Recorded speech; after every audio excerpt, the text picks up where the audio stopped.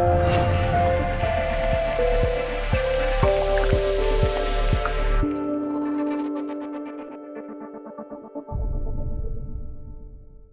name is Sander van Loosbroek. I work for Cegeka.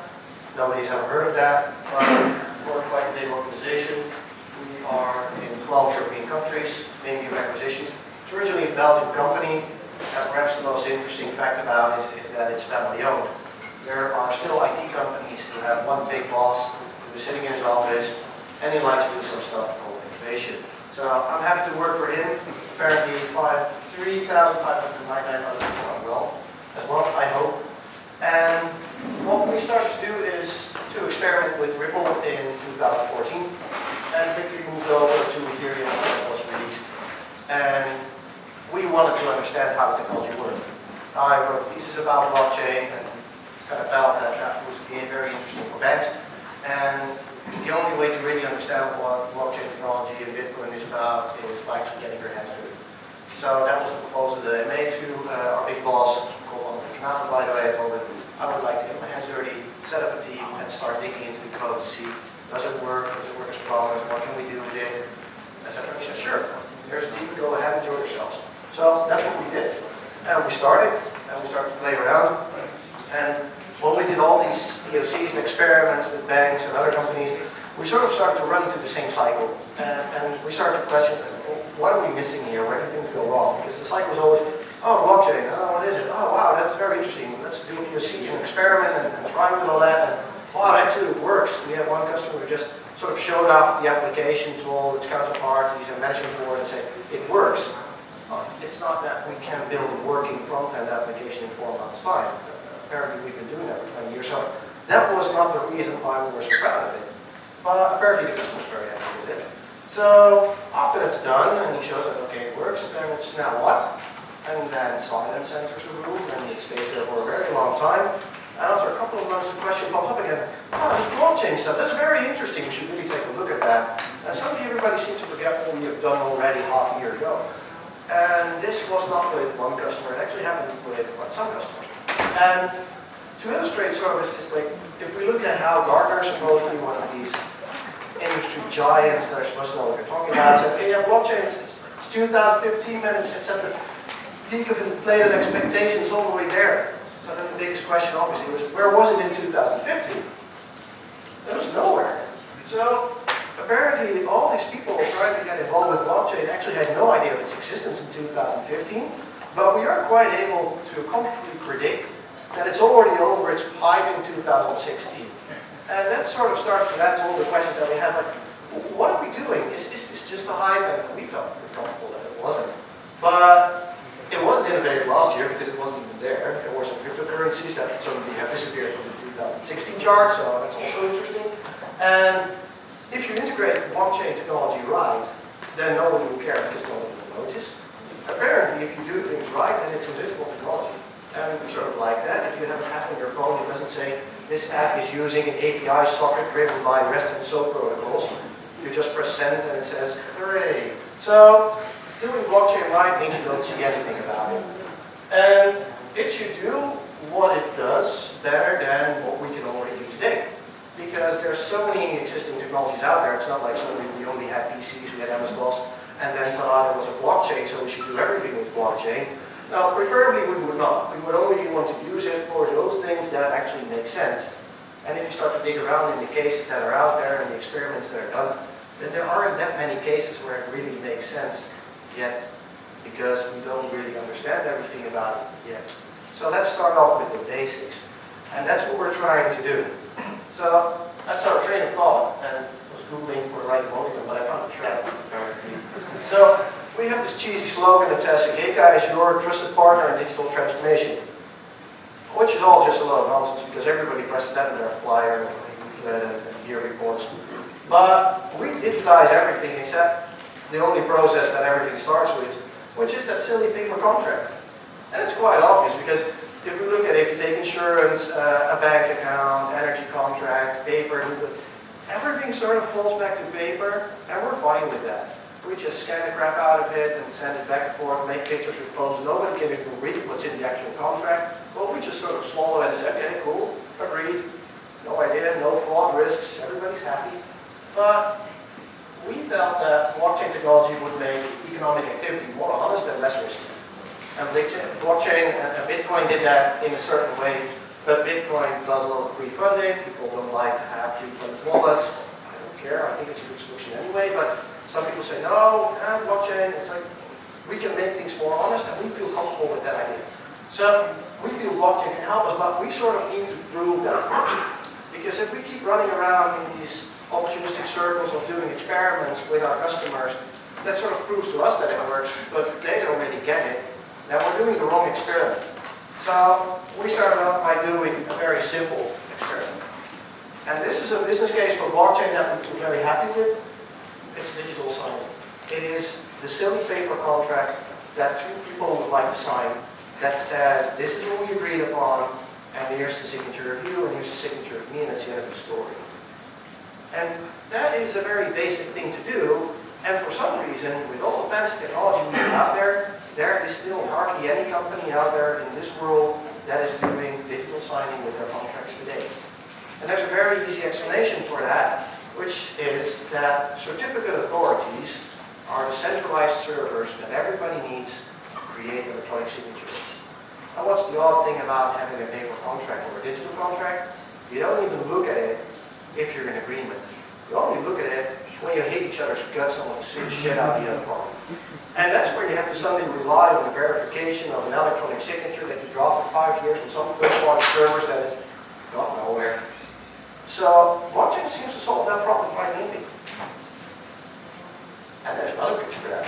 So we only did something very simple with Ethereum, and we said, okay, if we hash a PDF contract, and we store the hash in a smart contract, and then say, if that smart contract is signed before date number, whatever, by Alice and Bob that are mentioned in the PDF with their public keys, then the contract is valid. That's the simplest thing. There's nothing more, nothing less. And this is the only thing we built. And still, this is quite difficult to explain. Because every time we go to customers and we give workshops and share with them what blockchain technology does, and we try to explain them why digital signing with blockchain technology solves all the problems that prevented digital signing from being adopted in the last 30 years, it's still quite a challenge to get that one landed and people feel comfortable with it. So if the easiest case with 4 lines of smart contract code on Ethereum is already difficult for most of the people out there, we have one way of having it. So we made a demo out of this, and we just put it on our website. And we explained to people, like, for now, with this solution, you have contracts that are recognizable by not no one, but everybody who knows your signature. We can now recognize your contract digitally. Instead of, this is an electronic signature, it's been created by a server you don't know, so you can read the signature anyway. And now it's suddenly verifiable by every server that can see the hash of the underlying contract. So if I have an agreement with my insurance company to insure my house, I can suddenly show to my mortgage lender and say, look, I have an insurance, here's the PDF, you can hash it yourself, you can see that I have an active contract. Very, very, very basic. So you can present this to a third party instead of not present it. I bought a house, I was very happy with that, and I had to insure that. And then you get 20 pages and you just scan all the stuff and you send it over and say, yeah, sure. Nobody cares. So now suddenly they can automate that stuff, and then you can do a mortgage in a day instead of a week, which is a great advertisement on the Dutch television. Nothing to be proud of, to take an entire week to do all this stuff, but never mind. We feel that there's benefits achieved by using blockchain technology. And the reason why there's so many benefits is because blockchain technology allows us to digitize the paper process as it is today. Because you can create identities on a network like we created our signatures when we were in grade school. You draft something on paper, and when you use it a lot of times, the people suddenly trust it, and they don't really know why, they don't care either. So suddenly we can do this with technology, which is great, because then we have all the benefits of all the procedures already being in place. Plus all the benefits of online verification, goodbye fax. I doubt it will still be there, my mom has one. And you can process it automatically, status of the contract can be visible. For those in the finance world, PSD2, the new legislation that will be in effect in 2018 that will force banks to make automated payments when you can present a mandate. Ties in nicely, you can certainly sign a contract and then make automatic monthly payments and benefits. And you can create one overview of all the contracts you ever signed with every company, which is something that banks tried to build for us for years and never really did. So, demo time. And a demo only shows 4 things. It's create an identity, use to sign a contract, validate the contract by a third party, and cancel it. So, I'm pretty confident that you guys will get it. But I'm going to show it for you. Am I? Okay, all good. So, here I have a site. Okay, for some reason it is. Okay, I should look at this because the website is here.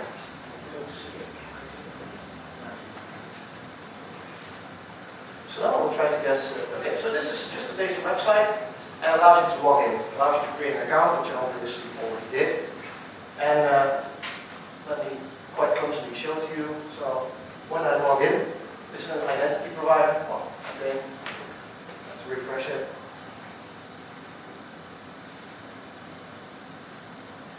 It wouldn't be a demo of this. Yeah, obviously.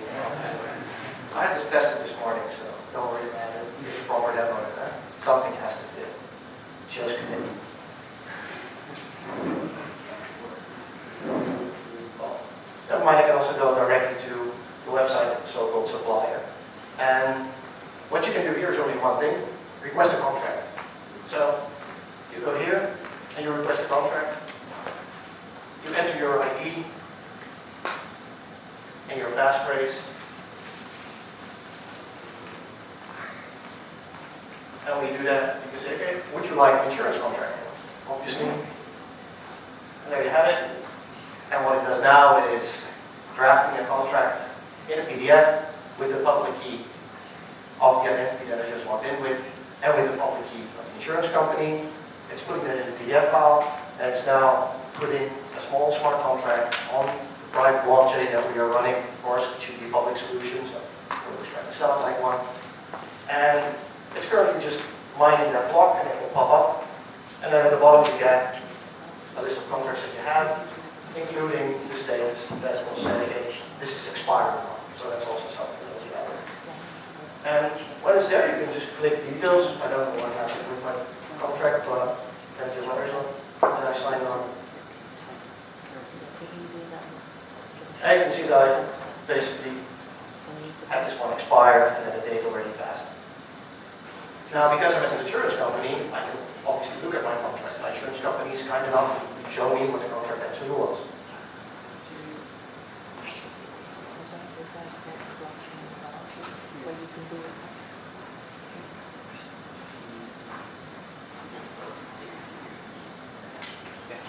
So it says, congratulations, you have a contract. If you're home best protection, this is when the agreement was there, and this is when it's valid. And these are the public keys that I expect to be in the blockchain. So, nothing more, nothing less.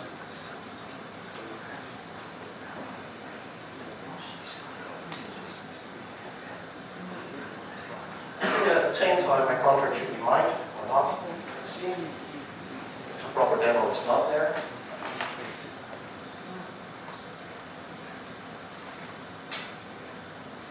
Great, it's not there. Thank God I have a contract. So, if I go back to the site where I created my account, which is the site that has nothing to do with the insurance company, I can log in there. And I can see my contracts. Here it does show, which means that it is actually happening on the blockchain, otherwise it would never pop up here. So this site says, okay, I can see that with that identity you created a contract, which is already signed by the supplier, but still waiting for your approval. And this website doesn't have the underlying contract, obviously. You can only see the transaction there. And I cannot sign it here because that's not the service that's going to be offered. What I can do is I can upload and verify the contract. And here I can upload my trend, and it will say, okay, this hash is incorrect because it doesn't match it. Because I haven't signed it yet, I also can't cancel it yet. So let me give one more try. Very fancy.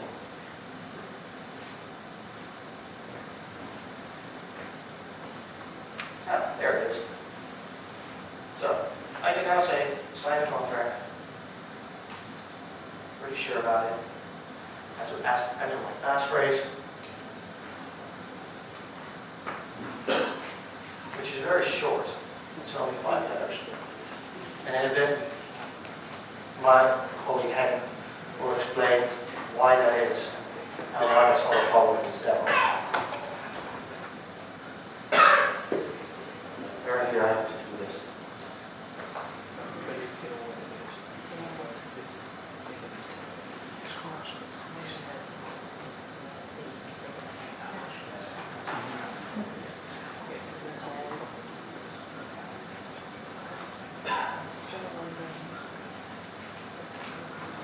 And now the contract has been registered.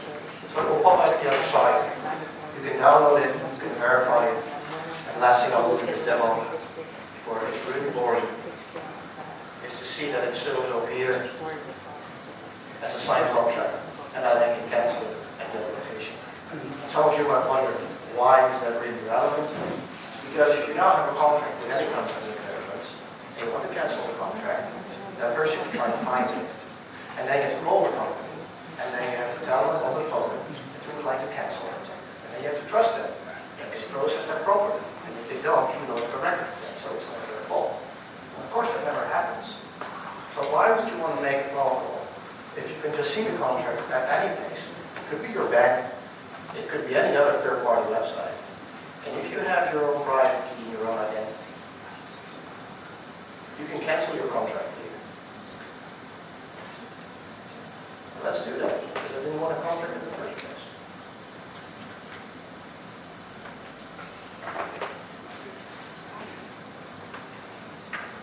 This is really the simplest case that we could build in Ethereum. And it's the simplest case that we thought a long time about. And we hope that it sort of shows to people what the power of blockchain technology could be in some of the most basic cases that we run into in our daily lives on a very repetitive basis. And we sort of feel that it's not really a question of if, but when all companies that now still send you a paper contract would like to use this. Right? Instead of checking boxes and saying, yeah, I read all the terms agreement and please withdraw €10,000. If we want to move forward and we want to get rid of paper, the only thing we can do is adopt technology that replaces the paper in the way that we want it to replace paper. And this is why blockchain is such a differentiator from existing technologies. Existing technologies make it more difficult to sign digital signatures. And blockchain made it easier. So that's why this is the case that we felt demonstrates blockchain nicely. If you go to our website at Cegeka and you find the blockchain button, it's hidden somewhere under applications. You'll find the live case over there. There's a demo, and we'll be moving about it. And for everybody who wants to get a feel of what can this actually do, why is this technology important, and how will it help me today or tomorrow, we hope this is a good demo. So thank you for your time.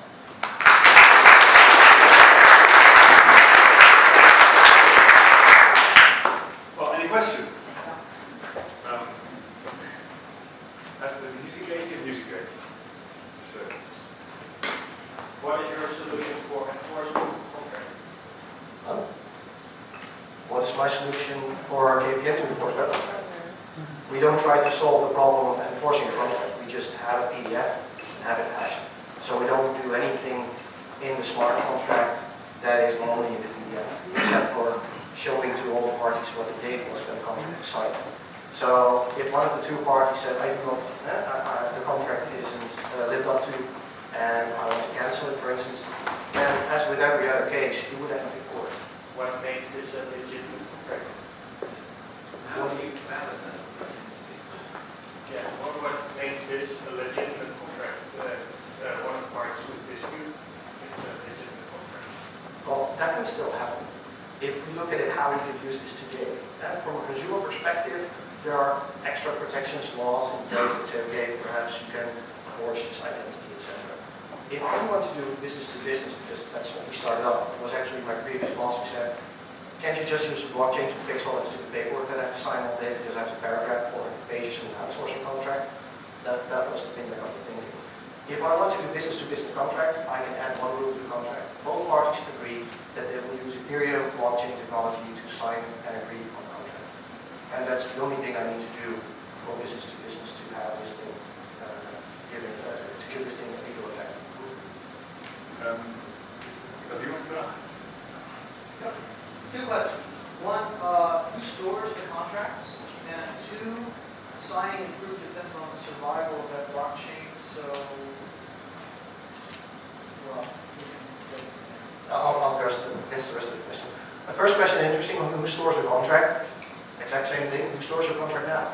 If you have a contract from your cable provider, and you want to shred it, and then you go to a judge, and say, hey, I want to claim this contract, but the supplier doesn't allow me to download it anymore, then the judge will say, it's too bad on you, because you should have kept your own copy of the contract that was given to you when you signed it. well, you did get a copy. Yeah, sorry, there was a button to download the Okay, contract. sorry, I missed that. Yeah, Okay. I didn't show it because it was such a horrendously boring demo to look at, so my bad. But you get a copy of the contract and you can upload it at the other side, and then it will verify for you that the hash is actually correct. And the other question, depending on what blockchain we will use for this. This is a matter of debate, which I think will take a while to resolve. We've shown this to, for instance, the Dutch notaries, who are they have an interesting position, because in addition for notaries, it can be very easy to become an identity provider. It's something that they're looking at. It's not even a public secret. It's something that they announce. But notaries also have registers that list who is allowed and not allowed to sign a contract, because the judge ordered them to not sign any contracts. I forgot how the English name was, but in Dutch it's a good influence.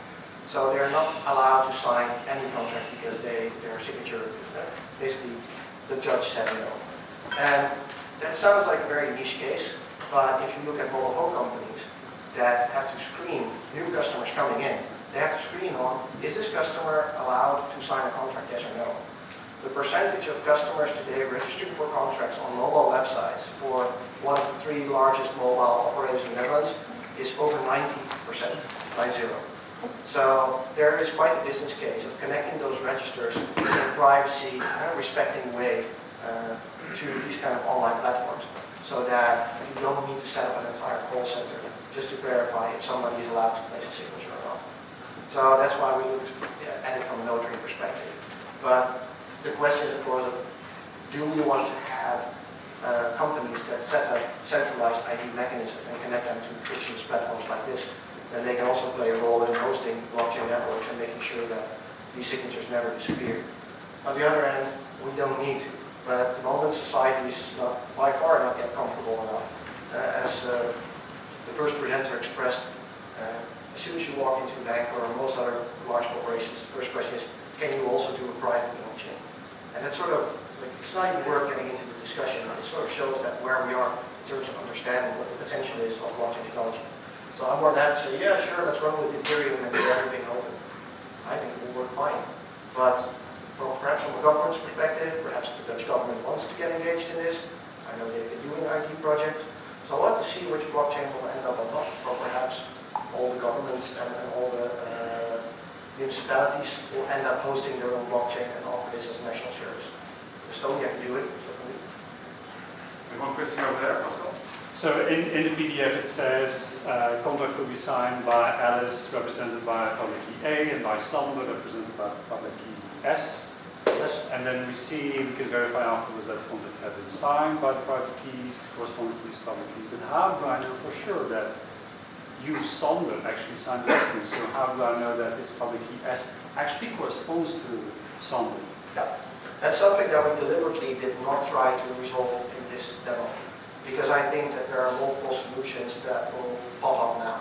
There are so many parties currently looking at who wants to dominate the identity field. And there's banks going after it with IDIN, there's the Dutch government with DigiD.